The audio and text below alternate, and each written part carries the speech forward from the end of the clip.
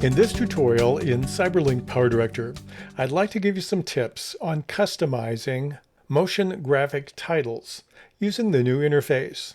There's some new tools we have available. We'll highlight those in this particular tutorial.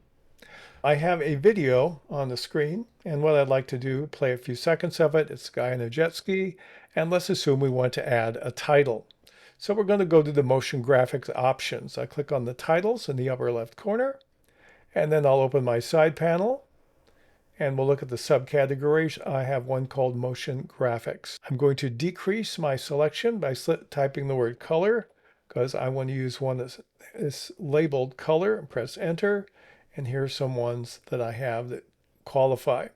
Let's take this one here called brand new, and I'll take and drag it down to any place I want to in my program. Now you notice some of these have down arrows. That means I haven't loaded them into my system yet. So if we click on this to see how it operates, we'll click and we'll follow it. We have the word brand new come in, and then the two colors, and then it shuts down. So let's look a little bit at this particular title in terms of editing. I'm going to click on it with the left mouse button, and with it highlighted, click Edit. It looks like I have all these controls. Now, basically, it's organized this way. You have one or more text areas. Normally, 2 or 3 will show up. And each one has a set of controls underneath the text.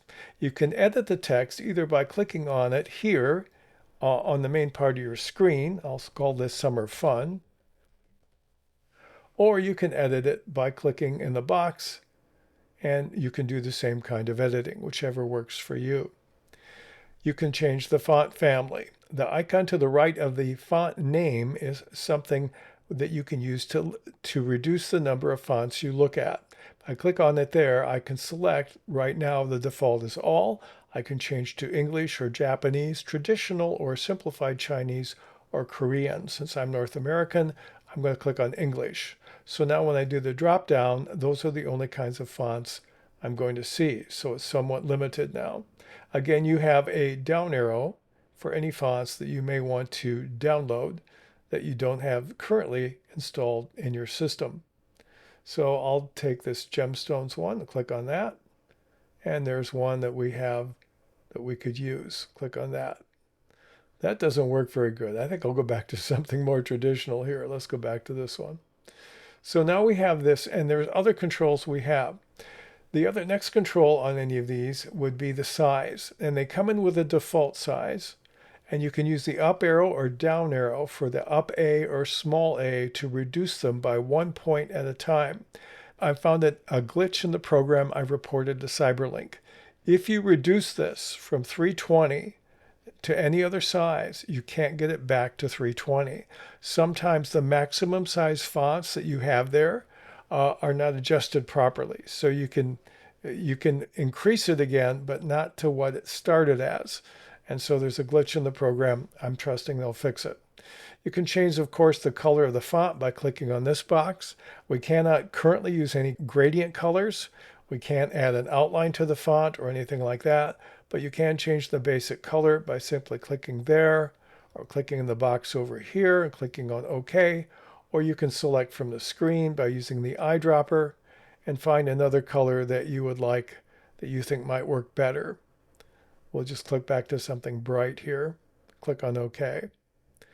Then you have bold, and sometimes bold works and sometimes bold does not work. And you also have italic. In this case, italic works and bold does not. So I'll turn off italic and move back to normal. Then you have more controls that are often hidden, so don't be afraid to widen the panel. You can align this inside the text box. You can align it left or centered, which is common, or right. Then you have these that align vertically. You can go to the top of the box, the center of the box, or the bottom of the box. So you can combine these 6 tools in order to align the font anywhere you want in relationship to the graphic that it is tied to or linked to.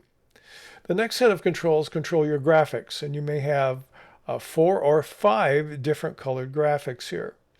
Now, we can click here on this one and change the color. Now, if I'm not sure which graphic it controls, I have to do a little bit of trial and error. Let's click on blue, and there I see, oh, it controls this one for sure, and only this one. And I'll click on OK. And I can click on the other box, and click here, and there's my other color, and click on OK. So that's some of the ways in which you can modify that. Let's look at a slightly different title, just for comparison. Let's try Colorful 36. I'll take and drag that down, put it over here. We'll click on it and see what we have. Let's work on this. We'll highlight the motion graphic title and go to edit mode. Now you notice here we have 4 different colors, which is different. We only have 2 graphics, but you notice once again we have 2 default sizes, 173 and 353. Watch what happens if I try to make 353 smaller. I'll click on the down arrow and it goes to 150, and I can't get it up any higher. So that's the glitch I've reported. But let's look at the colors, because that's why I went to this one. We have this color here, which is an orange, and it looks like it might be the ball, but let's click another color. There, I found out what it was. You can always revert back if you don't want to. And then we'll take this other one and let's change this to a different green. And you've modified it that easily. You can also obviously change the colors on the text, and you can change the position and size of the entire graphic. I'll take this and let's shrink it down and then move it over here.